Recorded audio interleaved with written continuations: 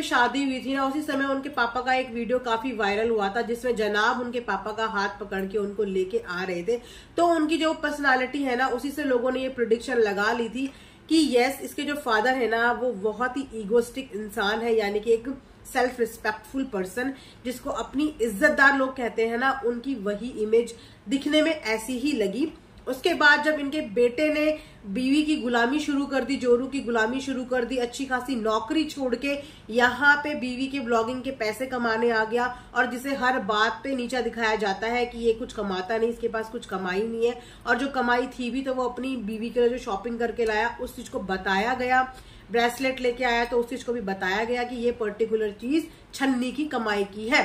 तो ये सब सेल्फ रिस्पेक्ट पे बात छन्नी भैया ने बर्दाश्त कर ली, क्योंकि वाकई में वो प्यार के चक्कर में अपनी सेल्फ रिस्पेक्ट से कॉम्प्रोमाइज कर चुके हैं। पता नहीं प्यार के चक्कर में कर चुके हैं या पैसे के लालच में कर चुके हैं, लेकिन उनके फादर साहब के अंदर वो सेल्फ रिस्पेक्ट है।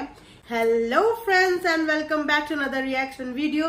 This is Jyoti and welcome back to my channel Earth Mom Dehradun. So without further delay let's get start the video. So जैसा कि फ्रेंड्स आप सबको पता ही है कि डब्बा का जहान अपना मौदा का जहान छोड़ के मुंबई वाले जहान में वापस आ गया है। और मौदा छोड़ते वक्त डब्बा ने एक बात वहां पे बोली थी कि आप लोग रो क्यों रहे हो, यानी कि जो उसके इन लॉज, उनकी जो सास है वो रो रही थी अपने बेटे छन्नी के गले लग के। तो डब्बा मैडम वहां पे यही बोलती हुई नजर आ रही थी कि आप क्यों रो रहे हो, आप 5 दिन बाद आ तो रहे हो, सिर्फ 5 दिन की बात है, उसके बाद तो आप आ ही रहे हो। लेकिन अगर आपने नोटिस किया होगा कि डब्बा के जो वीडियोज हैं, जो व्लॉग्स हैं, वो 2-3 दिन पुराने होते हैं, तो उस हिसाब से तो आज 1 हफ्ते से भी ज्यादा हो गया है, लेकिन डब्बा के इन लॉज अभी तक भी मुंबई नहीं आए हैं। सोर्सेस के मानो तो बात इस चीज पे चल रही है कि डब्बा के जो ससुर जी हैं वो बहुत ज्यादा नाराज थे, क्योंकि वहां पे इन लोगों का एक फैसला हुआ था, जिस फैसले के तहत फाइनली ये डिसाइड किया गया कि भाई ठीक है, डब्बा उठा अपने छन्नी को और रवाना हो जाओ मुंबई की तरफ। जी हाँ, इसीलिए जब ये लोग वहां से जा रहे थे, आपको कहीं पे भी डब्बा के ससुर नहीं नजर आ रहे थे, वो आए ही नहीं थे जब ये लोग जा रहे थे।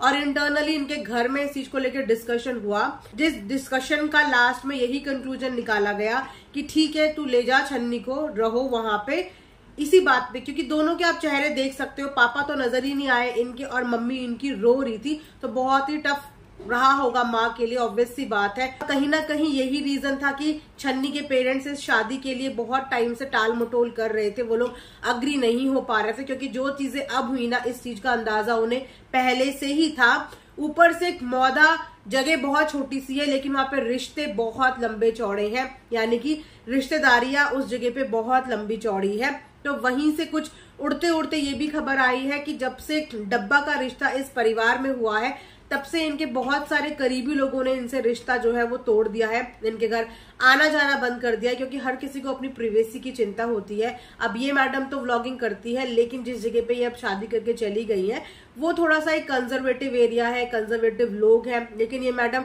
सबको वीडियो में लेने की पूरी कोशिश करती है। इस वजह से बहुत सारे रिश्तेदारों ने छन्नी के घर आने से भी डिस्टेंस बना लिया है, यानी कि इनकी फैमिली से दूरी बना ली है। इसी वजह से इनके जो ससुर जी है ना, वो काफी अनकंफर्टेबल फील करते हैं, यानी कि अपने ही घर में ना वो कंफर्टेबल होकर रह भी नहीं पा रहे थे।